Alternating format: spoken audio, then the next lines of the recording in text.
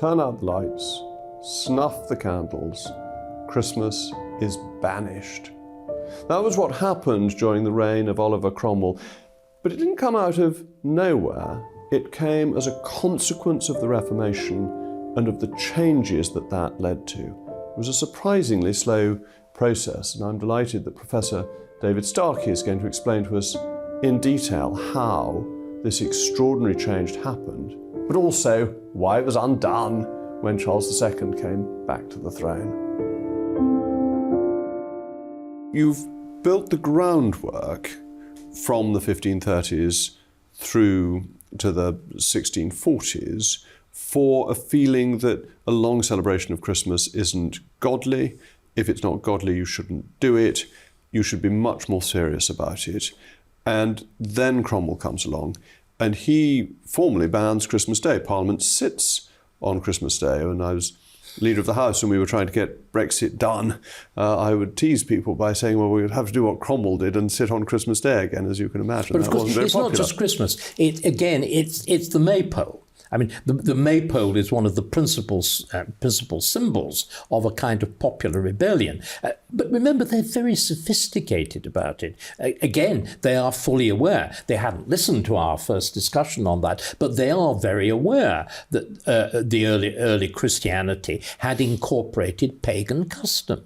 They knew, of course, that Christmas was essentially timed as it was because of midwinter festivals. They knew that the 1st of January was a day of gift giving because the Romans had done it. It continued to have its astrological significance. And all of these things which the early church had shrugged its shoulders about, by the time that you've got into this post-Reformation world, you don't shrug your shoulders about them. You say it's downright wicked. It has its origins in heathenism. We are fighting against heathenism. We are not compromising with it. The whole quality of the Puritan is the refusal to compromise. I remember my dear mother was a typical Northern Puritan, and I was used to say, she used the word principle the whole of the time, and what a principle meant, it was something I felt about so strongly I won't listen to reason on the subject.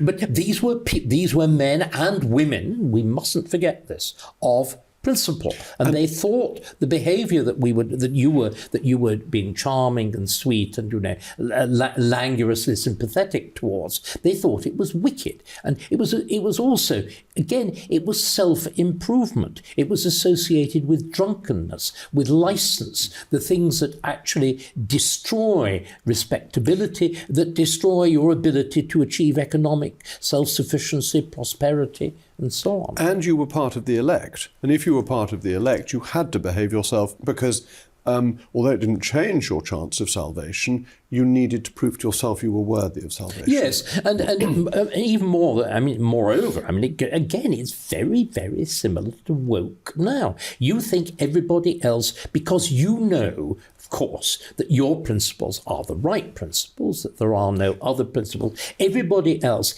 even those who are wicked, must be compelled to behave. So the machinery of compulsion, and it's very important we understand this, that the pressure at parish level, and remember, the better off have a very, very powerful hold on the less well-off. They control the poor law. They control the, as it were, day-to-day administration of magistracy and so on. The public humiliation of those who have been guilty of adultery or having a child out of wedlock, the parading in your shirt. Well, that means you're pretty well naked. It's very difficult for us to comprehend this, particularly the modern Church of England.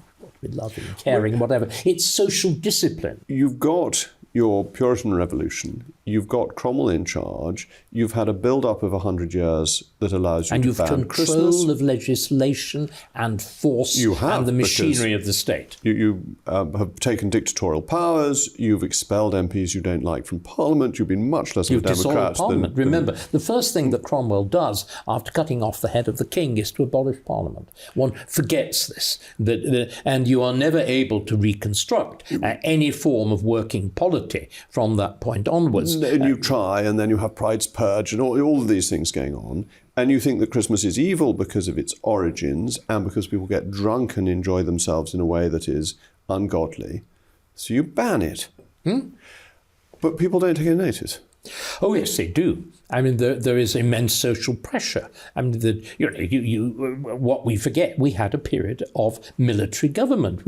Cromwell was a military dictatorship. There were the major generals, and things are enforced, and they're enforced brutally. There is resistance, but there is brutal enforcement. All the maypoles are cut down. Organs are ripped. I mean, again, we forget the sheer destructiveness. The vandalism. But you can still see it of some of the great cathedrals. Well, you can see it particularly at Ely. But again, musical instruments. The Civil War is a war of organs.